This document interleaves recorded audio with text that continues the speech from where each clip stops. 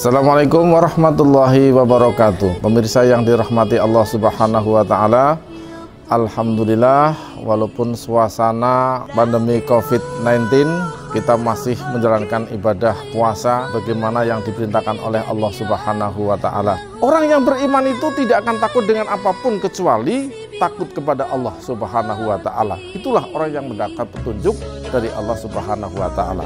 Tapi ternyata dengan adanya wabah virus corona ini, sesuatu yang menyebabkan kematian seseorang tapi tidak bisa dilihat dengan kasat mata. Apa hikmahnya? Puasa tetap jalan karena puasa itu adalah ibadah siri. Ibadah yang dilakukan kita tidak perlu dinilai, kita tidak perlu lihat terhadap orang lain, karena ibadah puasa tidak ada ciri-cirinya, tidak ada parameternya. Misalnya, apakah orang yang berpuasa dengan tidak berpuasa itu ada perbedaannya? Oh, belum, enggak ada. Oh, yang satu misalnya kalau berpuasa itu lemes.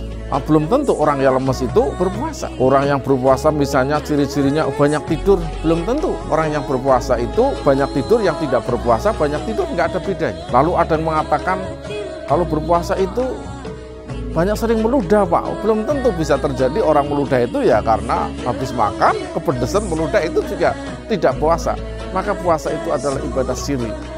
Maka oleh Allah Subhanahu wa Ta'ala dalam hadis qudsinya dikatakan, kullu amali ibnu adam lahu, tiap-tiap perbuatan yang dilakukan oleh manusia akan kembali kepada manusia sendiri, ila saum, kecuali ibadah puasa. Fa innahu li wa ana ajibihi. Jadi ibadah puasa itu hanya untuk kami Allah, dan Allah yang tahu eksistensi dan hakikat hambaku yang berpuasa, dan Allah akan memberikan balasan terhadap orang-orang yang berpuasa.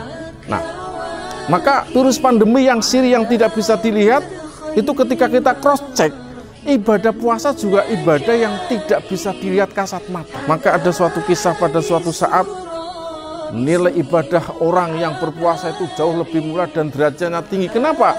Karena ibadah yang dilakukan adalah siri. Maka ada sebagian hamba Allah yang bahkan dimasukkan oleh Allah itu bighairi hisab, tanpa adanya hisab, tanpa ada perhitungan sekali. Bahkan ada kisah yang mengisahkan orang masuk surga saja, penjaga surganya tidak tahu. Ketika malaikat bertanya, amal apa yang kau lakukan di dunia sehingga kau bisa masuk surga tanpa melalui pintu kedatangan? Kemudian orang itu menjawab, ya karena saya di dunia melaksanakan ibadah yang sangat siri. Apa?